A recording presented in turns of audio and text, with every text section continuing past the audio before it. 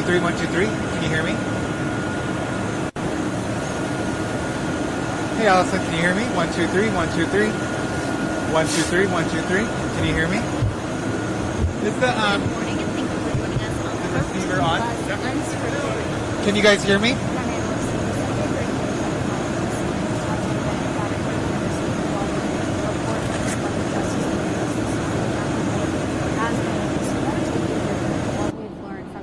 Justice when it comes to their investigation and what they found in the response to the Uvalde mass shooting. And it's kind of what we were expecting it to be. Obviously, families, people there that day said that they were kind of shocked by the law enforcement response 77 minutes again to get into that classroom. And the Justice Department said that in its findings, they found cascading failures and no urgency. The report says that police should have immediately confronted the gunman, but again, they failed to do so. Yep, it I'm says good. the most significant failure was that responding officers should 1, 2, 3, 1, 2, 3. that it was an active shooter situation and treated it 1, that 2, 3. way Hey guys, instead of a barricaded subject, which is why they said they waited so long to breach the doors into the classroom there that day.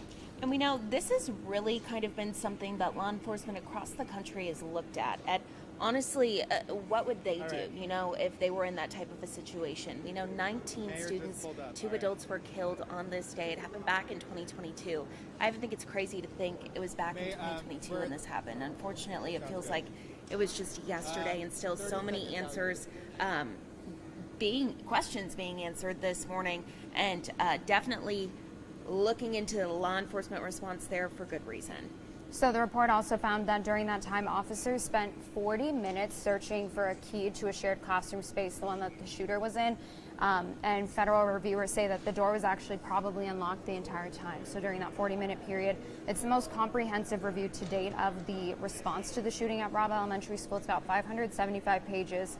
And Attorney General Merrick Garland has been in Uvalde the past couple of days. He met with families yesterday, kind of briefed them on this report, what it was going to say, and then today at noon, he'll be holding a press conference to kind of go deeper into the report, its findings, and what it means. Of course, the big purpose here of doing this report and reviewing everything that happened that day is to make sure if something like this does happen again, that people are prepared to respond to this kind of situation. We do want to go live now to Washington, D.C. So breaking news here, you can see the scene of flames, firefighters on scene. This was actually a building explosion in Southeast D.C.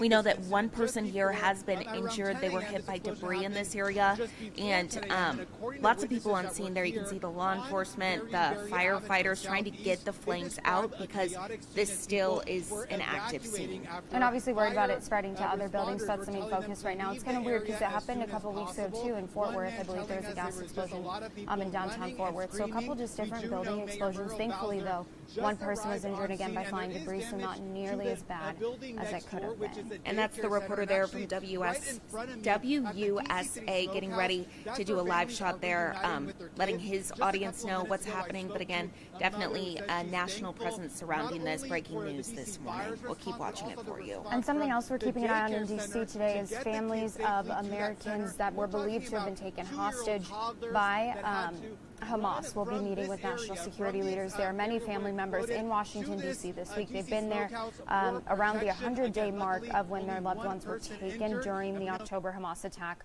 on Israel.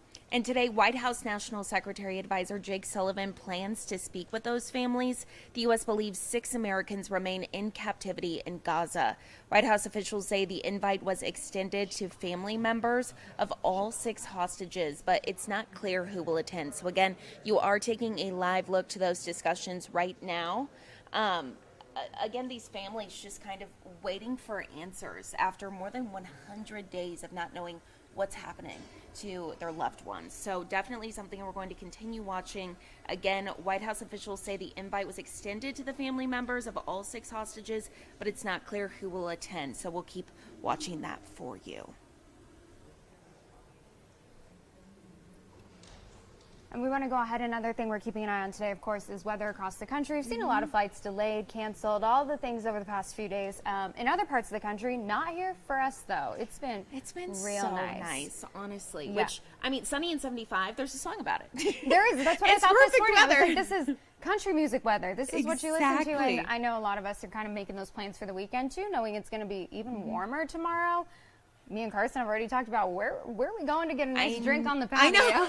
So 77 degrees on a Friday, like in January, it's perfect. It is That's why perfect. we live here. So we want to bring in First Alert forecaster Ali Potter with us this morning, taking a look kind of at what we're expecting, because even though we've had really beautiful temperatures, it is going to change a bit. Yeah. Not too significantly, though. No, not too bad at all. But I think we're the envy of everyone across the country. Exactly. So folks that are not used to seeing any type of snow, really. I mean, Florida seeing snow. It's crazy, And like honestly. tornadoes, all the craziness down There's there. been a lot of different events happening. Right, and it's literally just the East Coast, right? Yeah. That's really been seeing a lot of it. A lot of folks in Texas are seeing it as well. And for us, we kind of stick out like a sore thumb because we have nothing to complain about at all. So, it's in perfect. fact, right now, 51 degrees where other folks across the country are seeing the teens right now.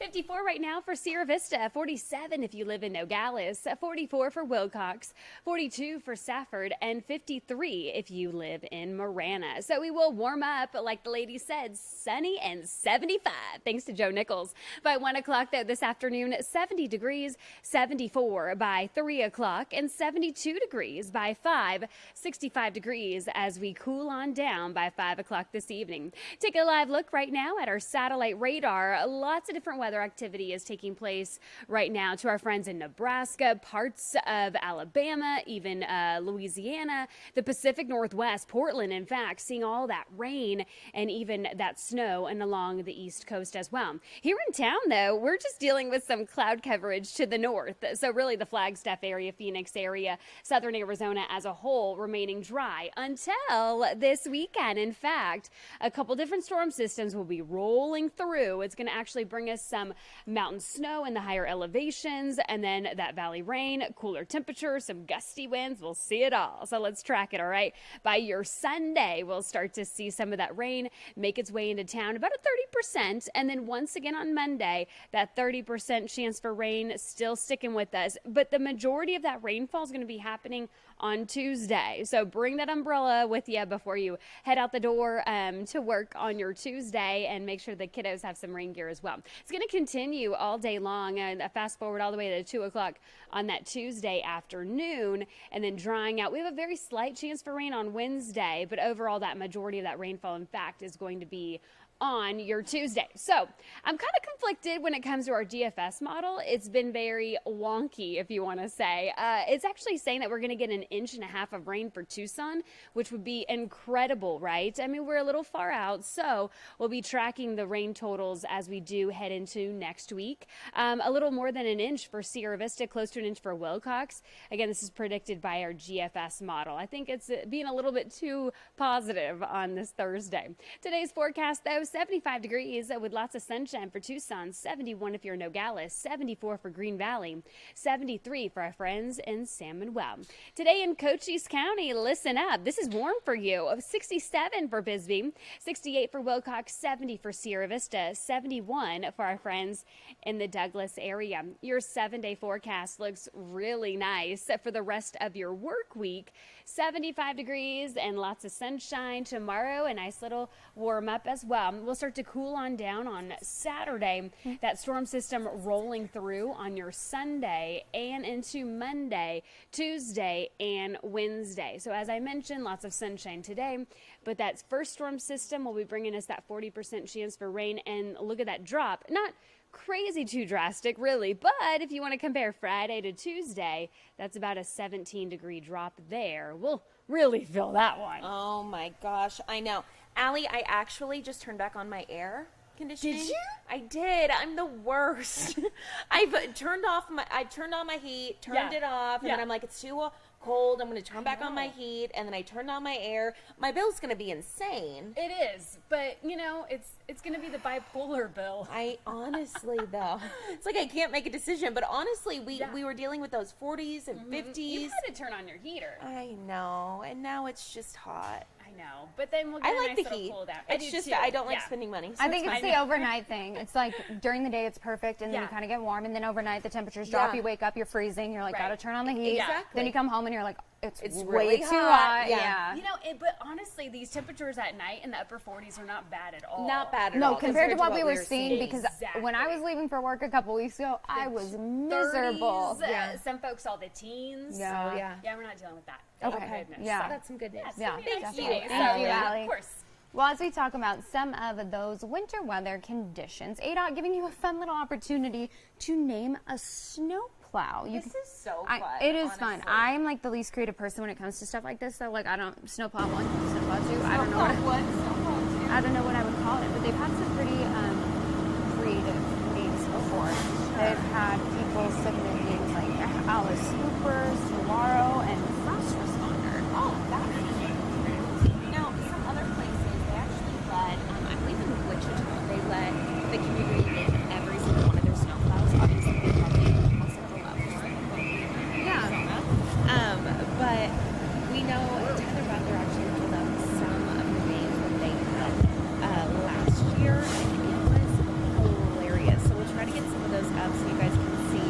Oh, one of them was, let's see here, Scoop Dog, I like Darth Slater, Vader, Snowland. Plowsaurus Rex. Like, it's just, people are, some people are really good at this and really creative. Others, like, I believe us too.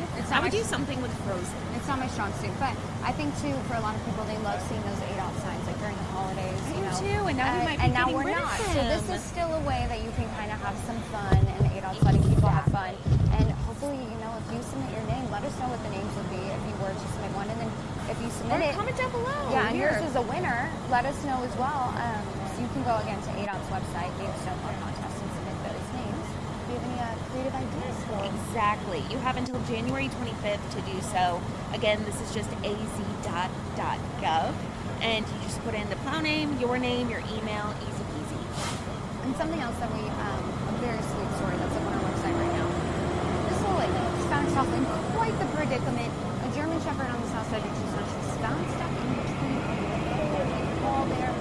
She looks like she was really wedged in there pretty good. Thankfully, though, they had some of the officers from Animal Services respond as well as Tucson Fire, and they were able to get her out. Now she's in the shelter. She's there at PAC, and she's a very pretty girl. She's just waiting for her owners to come and pick her up, but it's kind of what we talk about with dogs. They just do things that you're like, what were we thinking? I know. Can you imagine too? It's reminding me of you know when kids put their heads So through we- the little I can see Laura like and on Betsy staircases. only. There's Oh, something I heard blocking about the this. rest My of the room, like the sister camera actually has something in got front of her it, head She maybe, wrapped or like the curtain or the like strings to Her- close yeah. the lines around her neck. And Oh, there you are. Thankfully, There she you are. wasn't hurt. But my mom's like, "Why'd you do that?" And she just like was curious what would happen.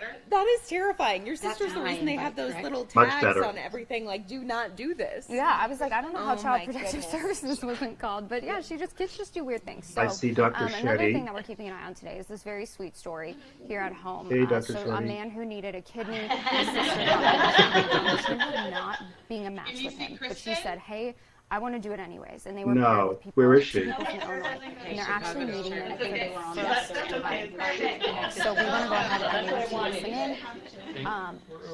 This live picture out of Tucson, the donor, the recipient there. Oh, we meeting see the like people half the who room. donated and received a kidney from them. So we're just going to go ahead and listen in a bit. Okay, gotcha. So it looks like the camera's a little bit to the left. It may need to be moved a little bit more to the right.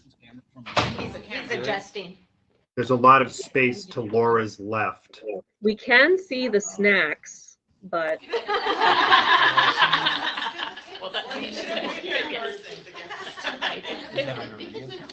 The camera should move, right? Oh, there we go.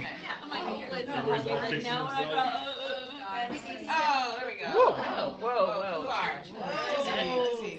As you can see here, they are definitely say, now I see working the out cables to the back of the logistics, television. trying to get everything set up. But That's again, the front of for the those room of you now listening in, that we see. so Frank Pampa is 44 years old. He was prompted to visit a doctor as he was being cleared I don't to care work what for you a can see. I'm mine telling in you what I can Safford. see. He played college baseball, was very active, never went to the doctor, and was suddenly Okie doke. diagnosed with end-stage kidney failure with only 10% kidney function, and immediately started on dialysis twice a week. So you're looking at a live picture out of Tucson here. What is happening is that Frank is getting ready to meet the donor that's going to honestly save his life. Yeah, so Frank, like we said, Frank and his sister, because most of the time siblings have a 1 in 4 chance of being genetically identical, a match.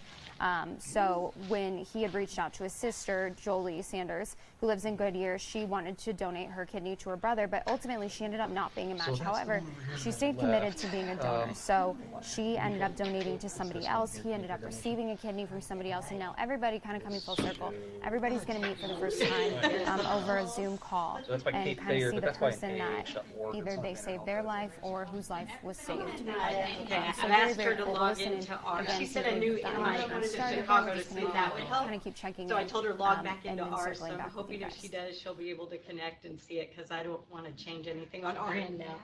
Did you hear her? Will that work? We'll see what she says. Is she better or is she different? No, they're a different healthcare organization completely. But they were logged into our regular link and, we couldn't connect, so. Yeah.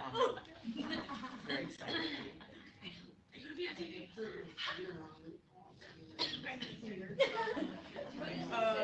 No, I'll sit back here. Well, give you a chair. Well, you should. Again, you can see here, still just trying to work out logistics. Sometimes technology is hard. We're here on 13 Plus Unscripted, dealing with a lot of technology ourselves, and it's not always easy. So definitely feeling for them this morning. But again, they're getting ready curious to about the disco meet ball the hanging above your individual heads. who is a donor and actually helped save Frank Wow. Hompa's life after he was diagnosed with end-stage kidney failure with only a 10% kidney function. So definitely going to be a cool moment here. You're taking a look at a live pic out of Tucson. They're actually streaming this because they want the community to see this kind of full circle story. And it's something we've been looking forward to as well. Yeah, I think it's really sweet. So this was actually in October that they were paired. So again, it was his sister who said like, hey, I want to be a donor for you. And ultimately, when she wasn't needed, it's like, well, I'll donate for somebody else. The people that they ended up being paired with were a couple in Illinois. And so they've never met them. This is their first time kind of coming face to face with him. And I think it was a very selfless thing of his sister to do, to kind of say, you know what, I'm not able to give this to you, so I'm going to give it to somebody else because somebody will be giving that same gift to you. And it's just cool to see it being like a brother and sister and then a couple. Like everybody doing the same thing to help save their loved ones. This live look here is from Banner, but the other individuals from Illinois, they're actually at the University Medical Center, Banner University Medical Center in Tucson is where you're taking a live look from. They are at a Advocate Christ Chicago at the hospital there. So again, trying to figure out the technology here. You might actually move along and then come back to hopefully see it. And this press briefing, this streaming has been started. So again, they're clapping. Let's go ahead and listen.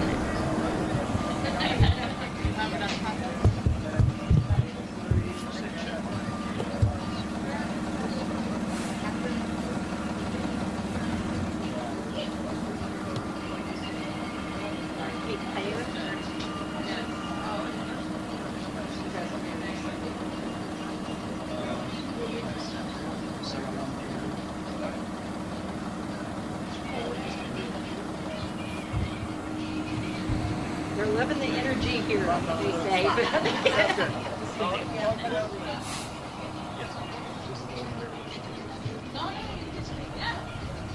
So we're still keeping an eye on that because obviously we want to see it. We know you guys probably want to see it. So we're going to keep an eye on the live picture there, and once they get everything set up technology-wise, starts cooperating a little bit, we'll pull that back up for you guys so you can see that moment where Frank and his sister get face-to-face with him.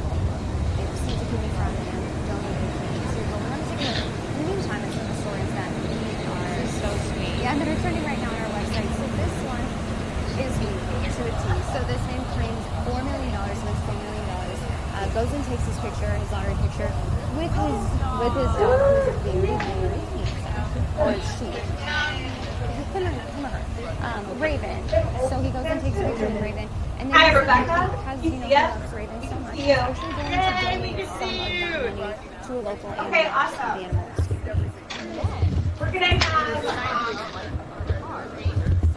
gonna have Tracy and Tony sit down now and like officially. He's the man of the year, Paul. He's like, I'm going to get her a car, I'm going to donate to the dogs in need, and then I'm just going to sit here with my dog who's wrapped up in a jacket, take a picture with her, and it's like, very, very nice. Yeah, hopefully, yeah. Okay, we are only seeing ourselves. And the dog is so sweet. And that's kind of, I mean, if I were to win the lottery, that's what I'd do too. I'd be like, Jack, take all my money. Here you go. But yeah, very, very sweet. And that picture is so cute. Yeah, so it's So like we'll go ahead and being check cold. out the it looks like they've kind of changed it, so hopefully Yeah, we can't. There's a lot of background more chatter. out of this again. Frank Pompa, 44, who needed donation to save his life, and his sister who ended up donating to a complete stranger. They're needing that couple that they donated and received a kidney for the first time. Wait, never mind. Yay. Alrighty, everyone. Thank you for waiting. Chicago, this is the Arizona transplant team. We're all gathered. We have some media here as well. Thank you for your patience. Really appreciate it. We've been at it for a while. So we thought what we'd do is begin with the biographies of our patients here. So I'm going to read a little bit about our patients here, and then Kate, if you can follow up with the biography of your patients, and then we'll do a formal introduction of everybody. Does that sound all right? All right. Hey, Rebecca, can you record on your end? Sorry? Can you record on your end? Oh, yeah. Let me join you on this thing. Yeah, let me Steve, thank you. Yeah, we're going to record right now. I always say, Rebecca, never we can't mind record legitimate now. breaking This is news. your meeting, so can you record, please? Legitimate breaking Yeah, news. we're on it. Hey guys, just one other thing for all of those in the room. There's a lot of background chatter. The microphone is picking up everybody that's talking, so if you could just keep it down a little bit so we can hear. Thank you. No one else has them. Alrighty, we're recording now. Okay, I'm going to start off on the biographies of our patients here in Arizona. The summer of 2019, Frank Pompa, who's 44, was prompted to visit a doctor. He was being cleared to work from a mine in Stafford, Arizona. He played college baseball, was very active, never went to the doctor, and was suddenly diagnosed with end-stage kidney failure. With only 10% kidney function, and immediately started on dialysis twice a week. I feel good. For patients living with kidney failure You're giving me like Frank, I play football, United so Network for Organ Sharing National Transplant Okay, you're giving me like wait Minnesota. list You know, is a people do that. lifeline. And when coupled with a local living kidney donor program like the one at Banner and certainly the one in Chicago, the typical waiting period can be reduced. Siblings have a 1 in 4 chance of being genetically identical, making them natural donor candidates. So when Frank reached out to his family, his sister Jolie immediately said, I'm willing to donate. Jolie is 52, lives in Goodyear, and is a teacher. Unfortunately, despite her best intentions, Jolie was not a match for her brother. But she was still willing to give her kidney to somebody else. We're here. Thanks to the partnership between the Banner Living Kidney Donor Program and the National UNOS program, the organizations work together to find a genetic kidney donor. Is that a match. live picture? Are they taking a live picture? Are they Right? taking a live picture by any Match chance? his sister. For the teas? Though based in Arizona, Frank and Jolie were paired to receive a kidney and donate a kidney to a couple Keep it in there just in Illinois. case. On No October problem. 19th, last year, Looks like we just had some Frank smoke and start up his again. sister's kidney pair donation surgeries were completed by transplant teams working in unison across states and time Gas zones. explosion. One at the Banner University Medical Center, Tucson. Yeah, and so the listen, Illinois we can maybe patients still were see treated flames. at You can see. I'm just gonna listen to I you. just want to show, like, look how close they And are. we'll They meet got together out. with one another for the first time today. So we're thrilled to have you guys here. Kate, if you can follow up with your biography, we'd appreciate it. Sure, I think I'm going to let Tony and Tracy kind of share their story.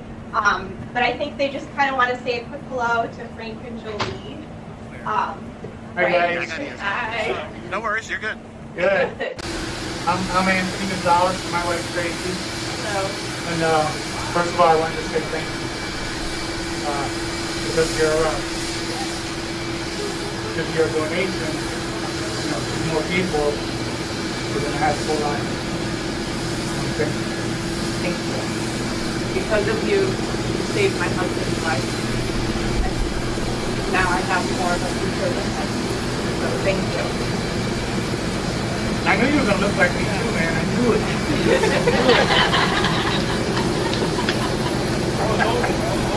She was going to let me wear my hat.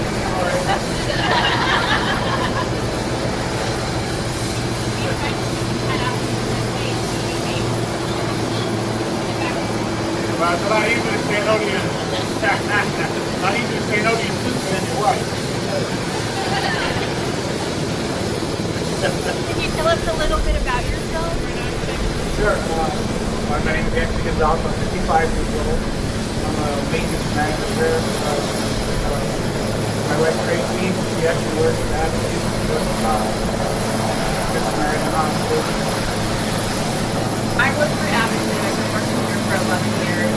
Supervisor in the hospital building department.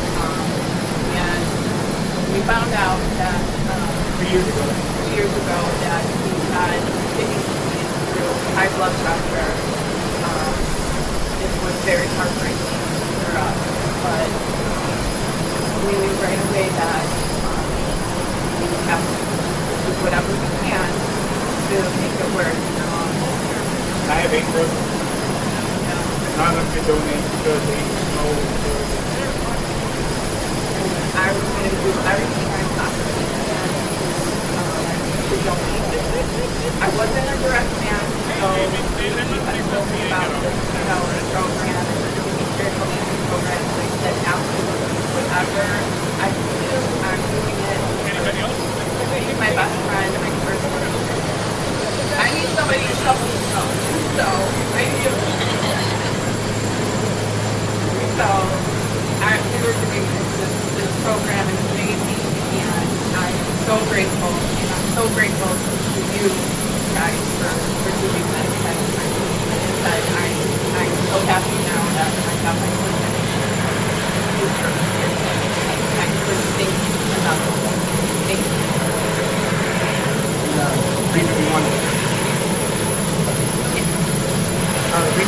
the reason we wanted to do this, we didn't know about it. Well, I thought I'd do a family member, and then when my brother and sister couldn't do it, I thought, there was the average waiting for me on the list. I 8 years. We said we had some money I'm sure you had that's my life. You wouldn't have it anymore. Do it again. I definitely would do it all over again. I would do anything. I definitely would do it. 20, 30 years. 20, 30 years. Very grateful. I would like to raise awareness for this program. There are wonderful people out there that are willing to do this. This is a good program.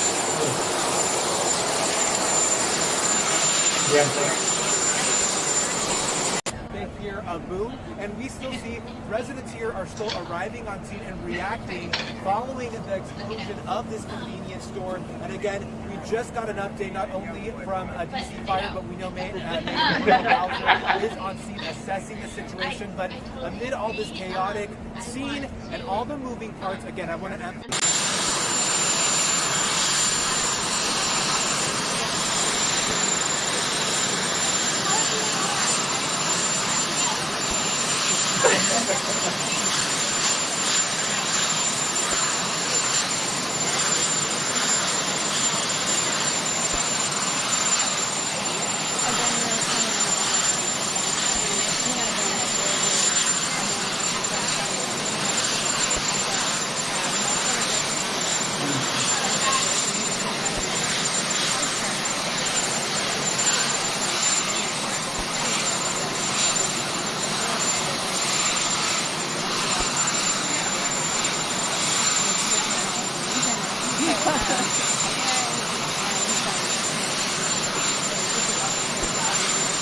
to